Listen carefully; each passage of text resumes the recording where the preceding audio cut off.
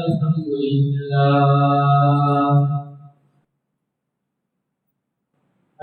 لله نحمده ونستعينه ونستغفره ونؤمن به ونتوكل عليه ونعوذ بالله من شرور أنفسنا ومن سيئات أعمالنا من يهده الله فلا مضل له ومن يضلله فلا هادي له ونشهد أن لا إله إلا الله وحده لا شريك له ونشهد أن سيدنا وسندنا ومولانا محمدا عبده ورسوله صلى الله تبارك وتعالى عليه وعلى آله وأصحابه وبارك وسلم تسليما كثيرا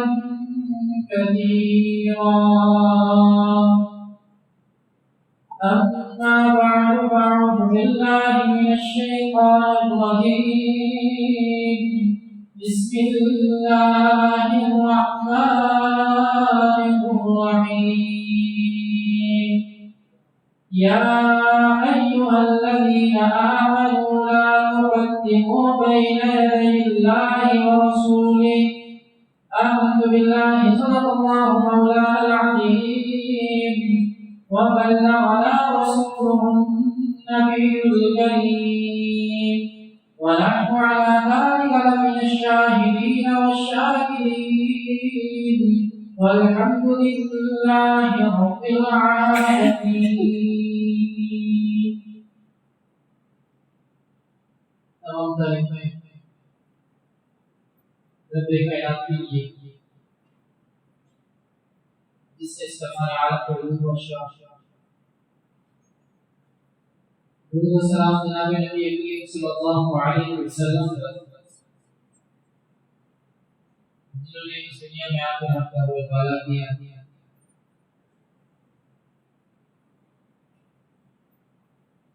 سرمایہ محمد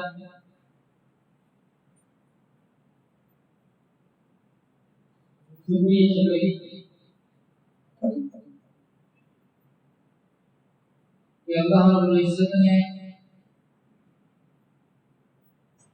جو قرآن اتارا ہے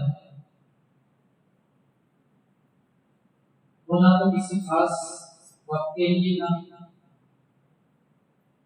نہ ہی کسی خاص علاقے کے لیے تھا اور نہ ہی کسی خاص حالت کے لیے تھا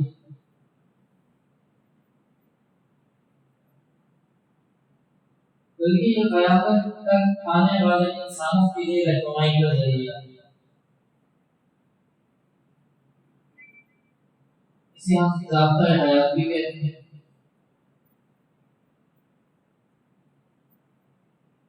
اور دوسری بات یہ ہے کہ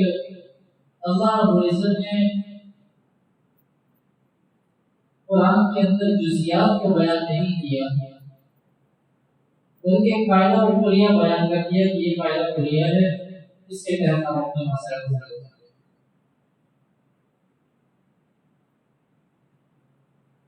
یا ایھا الذین آمنوا لا تقدموا بین یدی اللہ ورسولہ.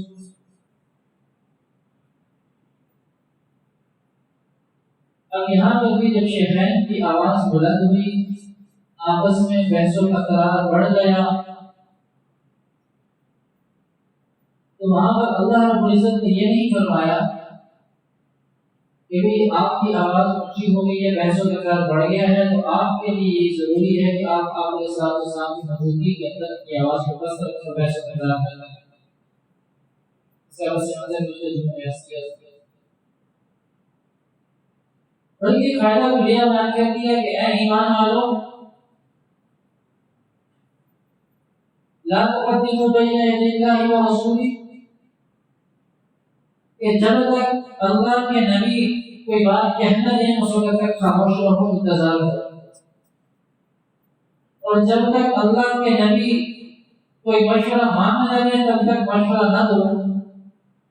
اور جب مشورہ مانگ لے تو پھر مشورہ بھی دو اور آزادانہ طریقے سے۔ اگر یہ قرآن کسی خاص موقع کے لیے ہوتا، خاص حالات کے لیے ہوتا، تو پھر سوز بیان یہ نہ ہوتا کہ یا ایھا الذین آمنوا، اے ایمان والو حقیقت کرو، بلکہ کہا جاتا ہے شیخین سے کہ شیخین آپ جو بات کر رہے ہیں وہ بات مجلس نبوت کے خلاف ہے، آپ کو یہ بات نہیں کرنی چاہیے۔ تو خلاصہ یہ تھا کہ پہلی بات یہ ہے کہ جب یہ حکم صحابہ کو یہ دیا جا رہا ہے کہ آپ جناب نبی کریم صلی اللہ علیہ وسلم کی مجلس میں ہوں تو اس کے آداب کا خیال رکھیں، اور اس میں سے پہلی بات یہ تھی کہ جب تک مشورہ نہ مانگیں اور کسی بات کو کرنے کا نہ کہیں اس وقت تک خاموش رہیں، اپنی طرف سے کسی بات کا اظہار نہ کریں۔ اور یہی بات اب اس وقت علماء کی مجلس کے لیے ہے کہ جب علماء کی مجلس میں ہوں تو اپنی طرف سے رائے زنی نہ کریں، بلکہ انتظار کریں کہ کسی بھی مسئلے کے اندر علماء کیا رائے بیان کرتے ہیں، کیا رائے اختیار کرتے ہیں، اس کے بعد اپنی رائے کا اظہار کریں۔ دوسری بات یہ تھی اس آیت سے جو ہمیں سبق مل رہا تھا کہ جب اللہ کے نبی چل رہے ہوں تو یہ بھی بات نہیں ہے کہ پھر صحابہ کے حکم ہے ان سے آگے نہ چلیں، آگے نہ بڑھیں ان سے، بلکہ ان سے پیچھے رہ کر چلیں، ایک قدم دو قدم پیچھے رہ کر چلیں۔ اب یہ بنی کہ اللہ کے نبی چلے گئے، آیت کا مصداق ختم ہو گیا، اب یہ آیت اس زمانے کے لیے تھی، اب اس آیت کا کوئی مقصد اور مطلب نہیں رہا، اور اس کی ضرورت باقی نہیں رہی، ایسی بات نہیں، بلکہ اب اس زمانے کے اندر جب انبیاء موجود نہیں رہے تو اس کا اطلاق انبیاء کے ورثاء ہے، علماء انبیاء کے بعد علماء ہیں جو اس آیت کا مصداق بنیں گے۔ یہی مطلب ہوگا کہ جب علماء کے ساتھ چل رہے ہوں ان سے آگے نہ چلیں، بلکہ ایک قدم پیچھے رہ کر ان سے چلیں، ان کو آگے چلیں۔ اس سے تیسرا مطلب اور مفہوم علماء نے کیا بیان کیا ہے؟ وہ یہ بیان کیا کہ لا تقدموا بین یدی اللہ ورسولہ، کہ شریعت کا جو حکم جیسے اللہ نے بیان کیا اور اللہ کے رسول نے بتایا اور صحابہ نے کر کے دکھایا، بس وہ حکم اسی تک محدود رکھنا ہے، اسی طریقے تک اس کو محدود رکھنا ہے، اس سے آگے نہیں چلانا۔ لا تقدموا بین یدی اللہ، بھئی میرا دل یہ چاہتا ہے کہ میں جمعے کے اندر بھی 4 رکعتیں ہی پڑھوں، نہیں، لا تقدموا بین یدی اللہ، جتنا اللہ کے نبی نے کر کے دکھایا بس اتنا ہی کرنا، نہ اس سے کم کی گنجائش ہے، اس سے زیادہ کی گنجائش ہے، اور اللہ کے ہاں بھی یہی مقصود ہے، اللہ کے ہاں بھی یہی قابل قبول ہے کہ جتنا اللہ نے بتایا، اللہ کے نبی نے سکھایا، صحابہ نے کر کے دکھایا، بس یہاں تک، اس سے آگے کا اللہ کا مطلوب بھی اور اللہ کے یہاں قبول بھی۔ ہمارے ایک مولانا صاحب تشریف لائے تھے، بڑی پیاری مثال دی، انہوں نے مثال یہ دی تھی کہ صاحب اپنا جوڑا سکھانے کے لیے درزی کے پاس جاتے ہیں اور انہیں اپنا نام دیتے ہیں کہ یہ میرا نام ہے، یہ سائز ہے، اس کے برابر کی نظام مجھے سیکھے، مجھے قمیض چاہیے اس کے برابر کی، اور یہ اس کا سائز ہے، آپ اس کا سائز کر لیں، اور یہ میں آپ کو کپڑا دے رہا ہوں، آپ سیکھے دے دیں۔ اب جو بھی وقت ملتا ہے 3 4 دن ہفتے بعد کر کے صاحب آتے ہیں، اپنا جوڑا پکڑ کر کے، ہاں جی یہ میں نے آپ کو کپڑے دیے تھے سینے کے لیے، جو واپس کر۔ اب جب آپ دیکھ رہے ہیں تو قمیض کا سائز جو دیا تھا سائز اس سے بڑا ہے، اب یہ بندہ اس قمیض کو لینے کے لیے تیار نہیں ہوگا، کہ کبھی جو سائز میں نے آپ کو بتایا تھا اس میں کپڑا اس طریقے سے بننا تھا اور اس قمیص کے سائز کا اس طرح سے برابر کا اس کے برابر میں آپ سے کہا کر کے دیں گے تو بڑا اس سے لہٰذا میں یہ قبول نہیں کرتا. اسی طریقے سے اگر وہ قمیص چھوٹی سی ہے اس کے سائز سے، اب وہ قمیص ہے اس نے چھوٹی سی کی اس سے، تب بھی اس کو قبول نہیں کرے گا، کہے گا جی میں تو اس کو قبول نہیں کرتا. میں نے آپ کو سائز دیا تھا، مثال دی تھی، ایک نمونہ آپ کے سامنے پیش کیا تھا کہ نمونہ ہے، اس نمونے پر آپ نے میری قمیص سلی ہے. اب جب آپ نے اس نمونے پر نہیں سی، لہٰذا میں اس کو قبول نہیں کرتا، یا آپ نے پاس سکے مجھے اس کی کوئی ضرورت نہیں. جب ہم دنیا میں رہتے ہوئے ایک قمیص کے سائز کو قبول کرنے کے لیے تیار نہیں ہے کہ اس سائز سے بڑھ گیا تب بھی قبول نہیں کر رہے، اس سے کم ہو گیا تب بھی قبول نہیں کر رہے، تو کیا اللہ کی ذات ایسے ہی ہے کہ وہ سائز تھوڑا چھوٹا ہوتا ہے جیسا بھی ہو، کیونکہ بس اللہ کو بنا ہو جائے گا، قبول ہو جائے گا. تو اللہ نے بھی نمونہ دیا ہے، لقد كان لكم في رسول الله اسوة حسنة، یہ بہترین نمونہ ہم تمہیں دے رہے ہیں، ان کی زندگی کو دیکھو، نہ اس سے زیادہ چاہیے نہ اس سے کم چاہیے، ایسے ہی چاہیے. جب دنیا میں ہمیں ایک قمیص کے سائز تھوڑا سا چھوٹا بڑا ہو جائے تو قبول نہیں ہوتا، تو اللہ نے بھی ایک نمونہ دیا ہوا ہے. تو جب اللہ نے نمونہ دیا ہوا ہے تو ہم اس نمونے کی طرز پر جب زندگی گزاریں گے تو اللہ کے ہاں مطلوب بھی وہی ہے اور مقبول بھی وہی ہے. تو لا تقدموا بین یدی اللہ ورسولہ، اپنی زندگی ایسے گزارو جیسے اللہ کے رسول نے گزار کے دکھائی ہے. ایک مرتبہ صحابہ کرام رضوان اللہ تعالیٰ عنہم میں بیٹھے ہوئے تھے اور بات چیت چل رہی ہے، گپ شپ ہو رہی ہے، تو بات چیت میں کہتے ہیں کہ آپ السلام تو اللہ کے بڑے مقرب ہیں اور اللہ نے بڑا مرتبہ عطا کیا ہے، بخشائے ہیں، کوشش کے وعدے اللہ کی طرف سے ہیں آپ کے لیے، ہمارے تو کوئی ایسے وعدے کوئی نہیں. اور بھی بات چیت کے اندر چلتے چلتے بات یہ ہوئی، ایک صاحب کہنے لگے کہ میں تو آج کے بعد ساری زندگی جنت میں روزے ساری زندگی ہر روز روزہ کبھی افطار نہیں، مطلب کبھی کسی نے روزہ نہیں چھوڑا. ایک صاحب کہنے لگے کہ میں ساری رات جاگوں گا اور ساری رات جا کر زندگی کا معاملہ بھی اور اس طریقے سے اس سے جو صاحب تھے وہ یہ کہنے لگے کہ میں تو شادی نہیں کروں گا کیونکہ بیوی بچوں کے معاملات مشہور ہو جاؤں گا، لہٰذا یہ کام نہیں. آپس میں مشورہ ہوئی، یہ بات چلتے جناب نبی کریم صلی اللہ علیہ وسلم تو آپ نے صلی اللہ علیہ وسلم نے فرمایا کہ میں تم میں سے اللہ کی سب سے زیادہ معرفت رکھتا ہوں، اللہ کی پہچان مجھے تم سب میں سب سے زیادہ ہے، اور اللہ سے سب سے زیادہ ڈرنے والا بھی تم میں ہوں، اور میں روزہ بھی رکھتا ہوں، افطار بھی کرتا ہوں، اور میں رات کو جاگتا بھی ہوں عبادت کے لیے اور سوتا بھی ہوں، اور پھر میں عورتوں سے نکاح بھی کرتا ہوں. لہٰذا یہ جو آپ لوگوں کا معاملہ ہے کہ آپ نے جو ارادے کیے ارادے درست نہیں ہیں، کیونکہ طریقہ نبوت کا یہ نہیں ہے. جو طریقہ نبوت کا ہے وہ قابل قبول ہے، اس سے بڑھ جائے تب بھی قابل قبول نہیں، اس سے کم ہو جائے تب بھی قابل قبول نہیں. لہٰذا روزہ بھی رکھو اور افطار بھی کرو اور رات کو نیند بھی کرو، عبادت بھی کرو اور عورتوں کے ساتھ نکاح بھی کرو اور اللہ کو راضی بھی کرو. یہ کام آپ علیہ السلام نے کیے ہیں. اب جب صحابہ اس سے بڑھنے لگے، آگے جانے لگے تو آپ علیہ السلام نے روک دیا. لا تقدموا بین یدی اللہ ورسولہ، اس کی بہترین مثال ہے کہ جو کام آپ علیہ السلام نے کیا اس سے آگے نہیں جانا، اس سے آگے جائیں گے قابل قبول نہیں ہے. اور پھر اگر کوئی شخص یہ کہے کیونکہ آپ علیہ السلام نے تو یہ کام کیا ہے اور مجھے یہ کام کرتے ہوئے شرم آتی ہے، تو آپ اندازہ لیں کہ اس کے ایمان کا کیا درجہ ہے. حکم یہ ہے کہ جب بہت تیز بارش ہو اس وقت مسجد میں نہ آیا جائے، حالات ایسے ہوں کہ بارش بہت تیز ہو رہی ہے اور کیچڑ بہت زیادہ ہو گیا ہے، چلنا اس کے اندر مشکل ہے، اب اگر چلیں گے تو اس کے اندر گرنے کا خطرہ ہے، کپڑے خراب ہونے کا خطرہ ہے،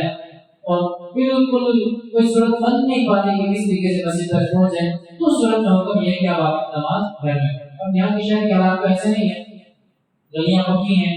کوئی گرنے کا خطرہ نہیں ہے، آنے کے اندر کوئی دقت نہیں ہے، بہت زیادہ کپڑے خراب ہونے کا کوئی اندیشہ نہیں ہے، ایسی کوئی صورتحال آپ کے یہاں پہ موجود نہیں ہے۔ انسان یہ کہ آپ نے گھر میں ہی نماز پڑھنا بارش ہو جائے تو یہ ابھی یہ حکم دور دراز علاقوں والوں کے لیے موجود ہے کہ جو بالکل دیہات ٹائپ ہے اور وہاں کی گلیاں بالکل کچی ہیں، چلنا بھی بارش کے اندر دشوار ہو جاتا ہے، پانی کھڑا ہو جاتا ہے، گرنے کا خطرہ ہے اس کے اندر۔ اب اگر اس طرح کے حالات میں وہاں پہ بھی حکم ہے، ابھی تو اسی طریقے سے بہت تیز بارش ہو گئی تو ایک صحابی مسجد کے اندر موجود ہے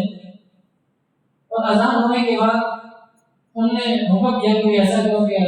اعلان کر دو کہ لوگ اپنے اپنے گھروں کے اندر نماز پڑھیں۔ صحابہ کے معاملہ بڑا عجیب ہے، گھروں کے اندر کیسے نماز پڑھیں؟ ہم تو مسجد جانے کے عادی ہیں، ہمیں تو وہیں جا کے نماز پڑھنی ہے، اور ہمیشہ جہاں سے یہ آواز آیا کرتی کہ حی علی الصلاۃ حی علی الفلاح، نماز کے لیے بلایا جاتا تھا، پکارا جاتا تھا، دعوت عام تھی، اور آج کہیں سے یہ اعلان ہو رہا ہے کہ سب لوگ کے حال کے اپنے اپنے گھروں کے اندر نماز پڑھو۔ صحابہ نے اعتراض کیا، بھئی آپ نے کیا اعلان کیا تھا؟